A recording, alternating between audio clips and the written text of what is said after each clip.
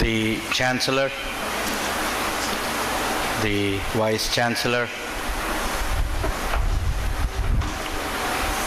the members of the Governing Council of the University, students, faculty, and guests. First of all,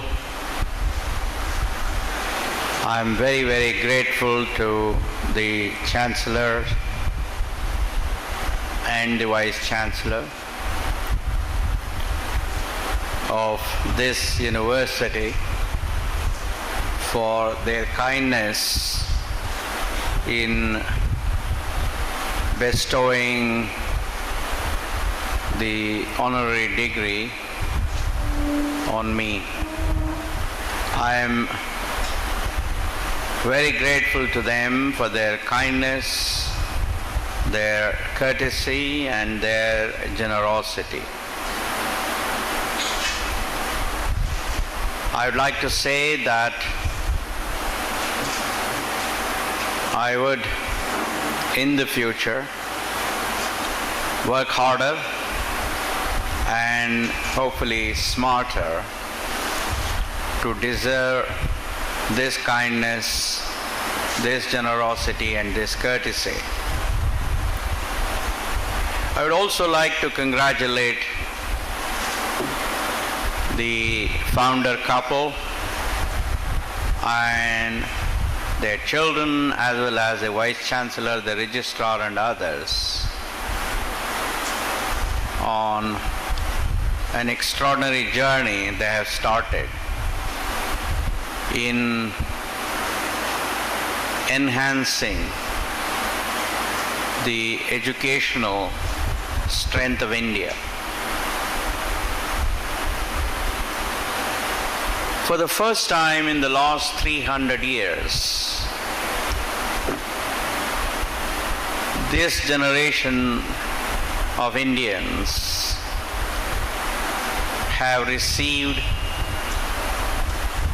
some respect and some recognition from the world at large. India occupies the high table in several fora. There's a lot expected from India. The country has been growing pretty admirably in the last decade or so. Therefore, at this point of time, it is extremely important that we strengthen the educational foundation of the country. We need to build lots of power plants, thousands of kilometers of roads, many airports, many ports, many factories, and you name it. Therefore, for a country like India to consolidate on the wonderful progress that the country has been making, the need of the day is to create engineers who can add value to the country. That's exactly what the Veltech University is doing, and therefore all of us must be grateful to them. While doing this extraordinary stuff, I have no doubt at all that they realize the importance of creating good quality engineers. As McKinsey consulting company has published, hardly 25% of Indian engineering graduates or employable. In other words, their ability to use all the theoretical knowledge they learn in the class and solve problems in the real world around them once they leave the portals of this institution, or for that matter any institution, is suspect. So therefore the challenge that the Vice Chancellor and his people have before them is very clear, and that is, how do we make sure that our youngsters understand the basics of what they are taught in the classroom? How do we make sure that our youngsters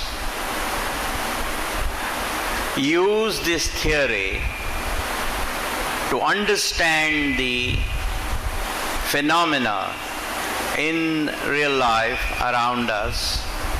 And how do we make sure they indeed use all the knowledge that is important in the classroom to solve problems and make the country stronger?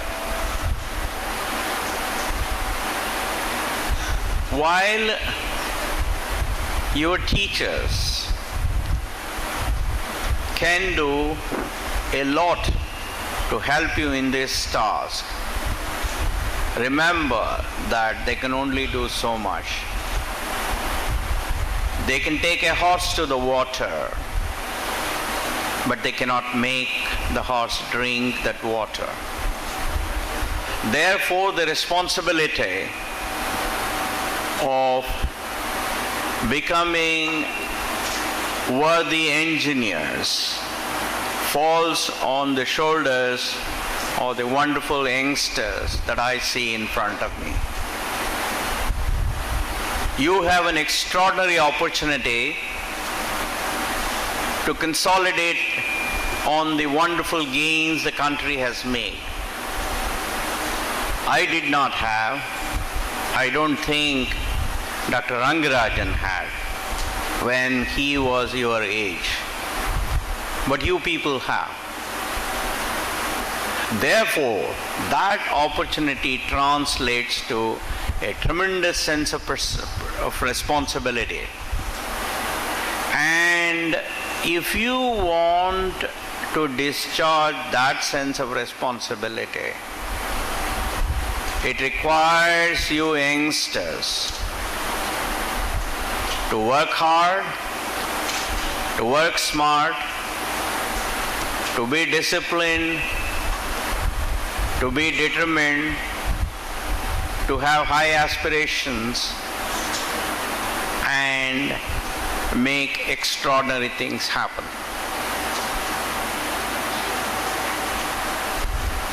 If you people did not do it, I'm afraid that you would regret it, because such an extraordinary time is unlikely to come to India once again in the near future. Therefore, let me close by once again thanking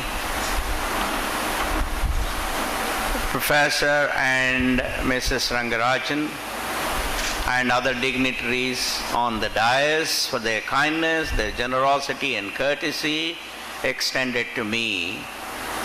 And once again reminding you, the youngsters, that the country expects a lot from every one of you, and that the only way you can meet these expectations is through hard work, commitment, discipline, determination, and aspiration.